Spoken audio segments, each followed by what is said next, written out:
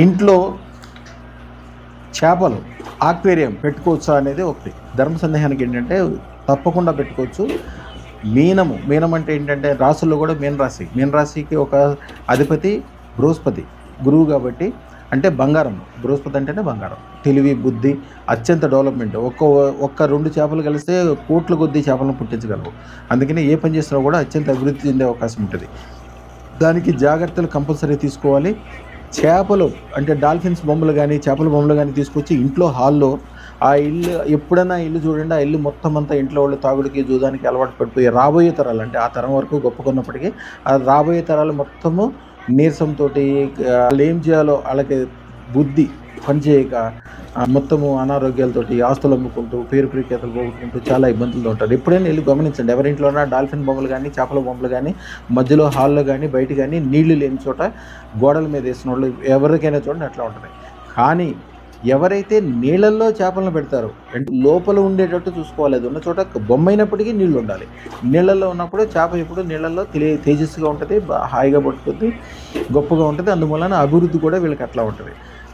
అప్పుడు విష్ణు స్వరూపాల్లో దశావతారాల్లో మొదటి అవతారమే మత్స్య అవతారం. మత్స్య అవతారాన్ని నీళ్లు ఉన్న చోట మాత్రమే పెట్టాలి. ఆ తర్వాత వచ్చింది కుర్మ అవతారం, అది ఉభయచరం. ఇది సింగిల్, ఓన్లీ నీళ్లలో మాత్రమే ఉంటుంది. నీళ్లు లేని చోట చేపలను ఎప్పుడూ ఉంచకూడదు. కానీ ఆక్వేరియం ఉన్న చోట మాత్రమే చేపలను పెట్టాలి. ఒకవేళ చేపల బొమ్మలు ఎక్కడన్నా ఉంటే కూడా అక్కడ నీళ్ళలో కనీసం అది మునిగిపోయేంత వరకన్నా నీళ్లు ఉండేటట్టు చూసుకోవాలి. ఎవరికైతే ఆ కుటుంబంలో ఎక్కువ చైతన్యం లేదు, ఎక్కువ చైతన్యం ఉండే అవకాశం, చైతన్యం అంటే ఇంట్లో రకరకాల వ్యాపారాలు వ్యవహారాలు చైతన్యంగా 10 మంది కలిసిపోవటము అట్లా కావాలి అనుకున్న వాళ్ళు మాత్రము చక్కగా ఈ ఆక్వేరియం లాంటివి తెచ్చిపెట్టుకుని దాన్ని పోషణ జాగ్రత్తగా చూసుకుంటూ.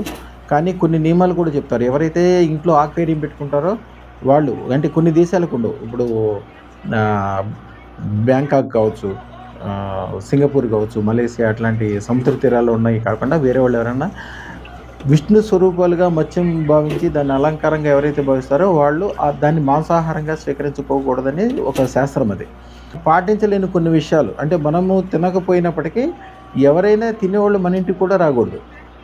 చాలా ఉంటాయి దాంట్లో నియమాలు. ఆ నియమాలు ఏదన్నా చిన్న తప్పు చేసినప్పటికీ చాలా చెడు జరిగే అవకాశం ఉంటుంది. ఏ మాత్రం చెడు జరగకుండా అన్ని రకాలుగా ఐశ్వర్యవంతంగా గొప్పగా తయారవ్వాలంటే ఒకటే ఒక మార్గం, అదృష్టత్వం పెట్టుకుంటారు. మీరు మంచి చేసినా చెడు చేసినా, మీరు ఏం ఆలోచన చేసినా, మీ వ్యవహారము ఏదన్నా చేయండి, మీకు తెలవకుండానే అది విపరీతమైన లాభాన్ని మీకు తీసుకొచ్చి పెట్టద్దు. ఎందుకంటే మీరు చేసే తప్పును కూడా రైట్ కింద మార్చదు. అట్లాగే అదృష్టత్వం ఒక అద్దం కంటే కూడా 1 కోటి రెట్లు ఎక్కువ పవర్ఫుల్. మంచి మాత్రమే మీ దగ్గరకు వచ్చేటట్టు చేస్తే అన్ని రకాలుగా గొప్పగా అయ్యేటట్టు చేస్తే. పైన నెంబరు 9399993389 ఒక్కసారి ఫోన్ చేసి, దానికి ఏం ఛార్జ్ తీసుకోరు, ఫ్రీగానే ఉంటుంది. దానికి చేయాల్సిన వ్యవహారము పద్ధతి అన్నీ కూడా మీకు వివరంగా ఫ్రీగా ఇస్తారు. ఒకసారి కలవచ్చు, చూడొచ్చు. ఒకసారి ఆ నెంబర్కి ఫోన్ చేసి చూడండి. అన్ని రకాలుగా అదృష్టం కలవాలంటే ఏకైక మార్గం అదృష్టత్వం మాత్రమే. మీరు ఎప్పుడైనా మా యూట్యూబ్ ఛానల్లో టెస్టిమోనియల్ చూసుకోండి. ఇన్ని వేల లక్షల మంది ఎంత గొప్ప ఉపయోగం, 0 నుంచి హీరో లేని వాళ్ళు ఉన్నారు. ఈ రెమెడీస్ అన్నిటికంటే గొప్ప రెమెడీ అదృష్టత్వ ధారణ. అద్భుతం. ఐం హ్రీం శ్రీం అదృష్ట మహాలక్ష్మి నమః. శుభం భూయాత్.